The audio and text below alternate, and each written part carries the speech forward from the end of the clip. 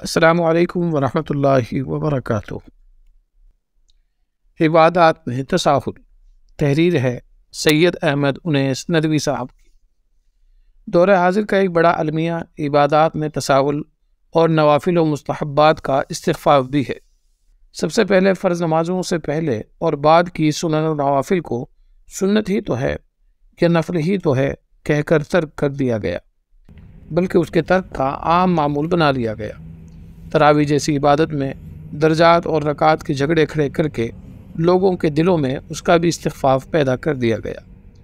صبح و شام کے معمولات جو دل میں اللہ تعالیٰ کا استحضار پیدا کرنے کے لیے تلقین کیے جاتے ہیں، ان کو بھی اسی طرح ردی کی ٹوکری میں ڈال دیا گیا کہ یہ سب فرض و واجب تو ہے نہیں۔ دعا و مناجات کا عام ماحول بھی متاثر ہونے لگا۔ فجر سے اشراق تک مسجد کی صفوں میں بیٹھنے والے اب ختم ہوتے ہی جا رہے ہیں۔ افطار کے وقت گھروں میں دعا کا ماحول نظر نہیں آتا، کیونکہ ہم تو صرف وہ عمل کرتے ہیں جو فرض یا واجب ہوتا ہے۔ اشراق، چاشت، اوابین سے لے کر تہجد تک سب نفل کے دائرے میں آ کر عملی طور پر غائب ہو گئے۔ گھر کے کسی کونے میں مصلے پر بیٹھ کر آہوزاری کرنے کا رواج ختم ہو چکا ہے۔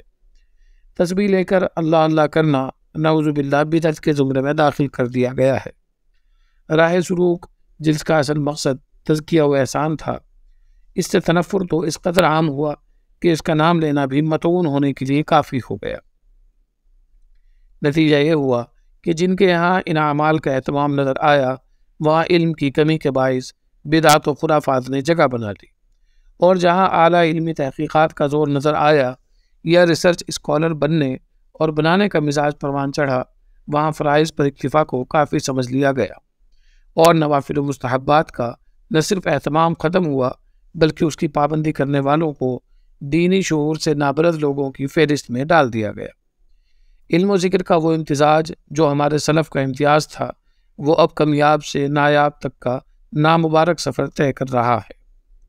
سلف صالحین نے اس سلسلے میں جو تابندہ نقوش چھوڑے ہیں، وہ ہماری نظروں سے اوجھل ہو گئے ہیں۔ ائمہ اربعہ کو ہم صرف فقہی موشگافیاں کرنے والا سمجھ بیٹھے ہیں، حالانکہ ایک طرف ان سے زیادہ احادیث و آثار کا تتبع کرنے والے حضرات کم ہی ہیں۔ روایت اور درایت کے جن اصولوں پر حضرات ائمہ مجتہدین کی نظر ہوتی ہے، وہاں تک رسائی اس دور کے اکثر علماء کے بس میں بھی نہیں ہے۔ حاضر قریب میں حضرت شاہ ولی اللہ محدث دہلوی رحمہ اللہ تعالیٰ کے علوم سے ہی ابھی یہاں کے اہل علم صحیح طور پر مستفید نہیں ہو پائے ہیں۔ ائمہ مجتہدین کے مستدلات براہ راست کتاب و سنت ہوتے ہیں، یا انہی اصولوں کی روشنی میں جزیات اور فروعات طے کیے جاتے ہیں، انہی اصولوں کی روشنی میں عمل کا درجہ طے ہوتا ہے۔ یہ علم و تفقہ کا وہ بلند مقام ہوتا ہے جو خاص توفیق الہی سے ہی نصیب ہو پاتا ہے۔ وہیں دوسری طرف یہی سلف صالحین مستغفرین بالاسحار اور یبیتون لربہم سجدا و قیاما کی عملی تفسیر بھی ہے۔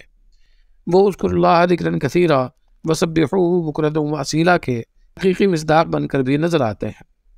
وہ سرتاپا دعا و مناجات بھی ہوتے ہیں۔ انفرادی عبادات سے لے کر نوافل و مستحبات تک ہر عمل کا اہتمام ان کی شخصیت کو ایک الگ ہی وقار عطا کرتا ہے۔ جس طرح شریر، ضعیف اور موضوع روایات کا بڑھتا چلن باعث تشویش اور قابل اصلاح ہے، بالکل اسی طرح ذوق عبادت میں تساہل اور سستی، بلکہ بعض موقعوں پر اس کا تمسخر و استہزاء بھی بہت زیادہ اصلاح اور توجہ چاہتا ہے۔ عطار ہو، رومی ہو، رازی ہو، غزالی ہو، کچھ ہاتھ نہیں آتا بے آہ سحر گاہی۔ والسلام علیکم ورحمۃ اللہ وبرکاتہ۔